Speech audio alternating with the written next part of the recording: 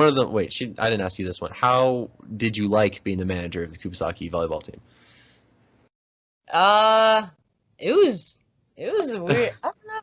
I mean, like I said, it was just one of those times where I was just like, "Hey, I'll do it," and I just jumped in it, and Were they like begging having. you to do it? Well, no, it was like so. My freshman year, I wanted to do it, but I was too Yeah. terrified, and I was also busy with football. And like Hogan was intimidating, man. That was his prime. That was prime angry Hogan. So I really didn't want to touch that. Shout out to Hogan, love you, Hogan. But Uh, sophomore year, Abby and Lindy, they're like, "Come on, like it would be so cool. You get to watch us play volleyball all the time." And I was like, "I mean, I got nothing else to do. I don't have anything else for a fall sport." So I was like, "Sure."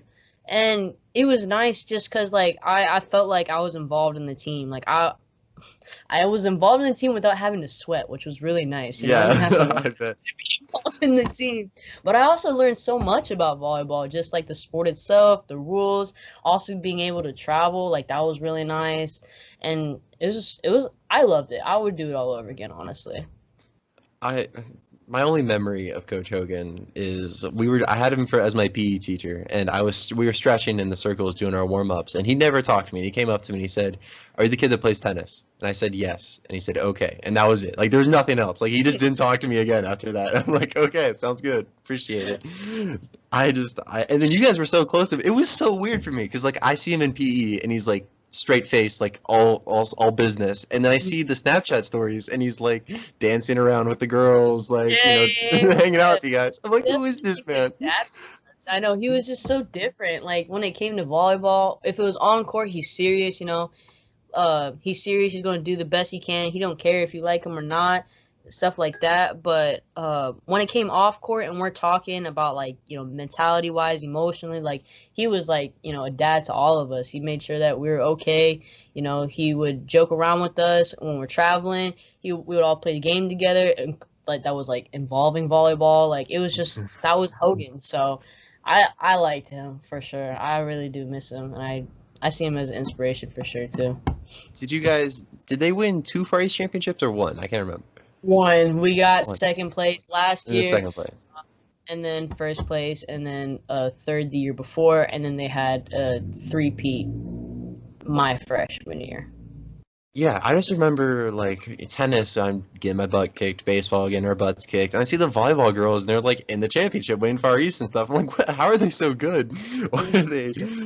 I The work mean, ethic, unbelievable, dude. It is incredible. It's not as intense. Like I'm gonna say right now, it's not as intense as it used to be. But when during the three-peat, it was just purely volleyball. Like they didn't play any other sport. They dropped everything and they would work day in and day out, season, not season, beach, indoor. Like it was just consistently workout all the time, yeah. and that's why they were so good. What was Coach Grubbs like for you guys? Because he was also our baseball coach, Hmm. and I know he coached the volleyball team. So what was he like? I don't even know. Compared to Hogan, I guess. So like I said, kind of that coaching chemistry. So Hogan was definitely the one that was a stickler and kind of, Yeah. you know, put up your Yeah. butt, just straight.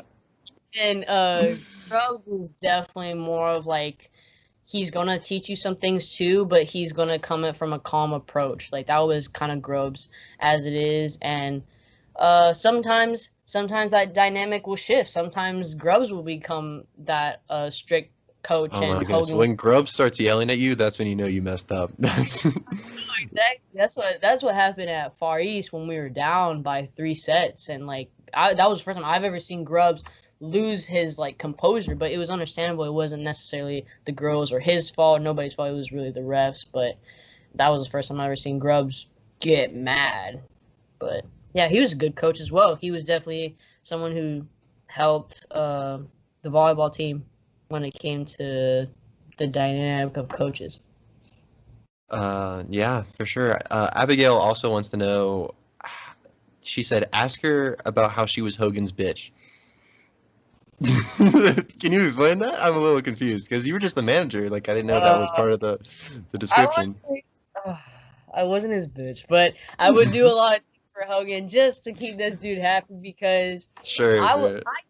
I think personally, I was his little vent jar because every time they messed up on the court, he would turn around, look at me, and he'd be like, cussing his head off, and he's saying all this. He'd turn around, he's completely fine, and I'm just like, okay, like, I'm glad you told It me. Or works. he'd be like, why are they doing this? And I'm like I've never played volleyball in my life, and I was like, yeah, anything when it came to Hogan, he needed something, paperwork done, he needed coffee, stuff like that. Like I got it for him just because I knew that dude was busy. I knew that dude was, especially in his personal life, like he was kind of on and off too, just like everyone else in the world. He was having a rough time in his life, and he was trying to get a volleyball team to win a championship. So I was like, the most I can do as a manager is to keep him happy as well. So I was like, bro, I got you. I'll get your coffee. And plus, he let me skip class, so I was like, Yeah, okay.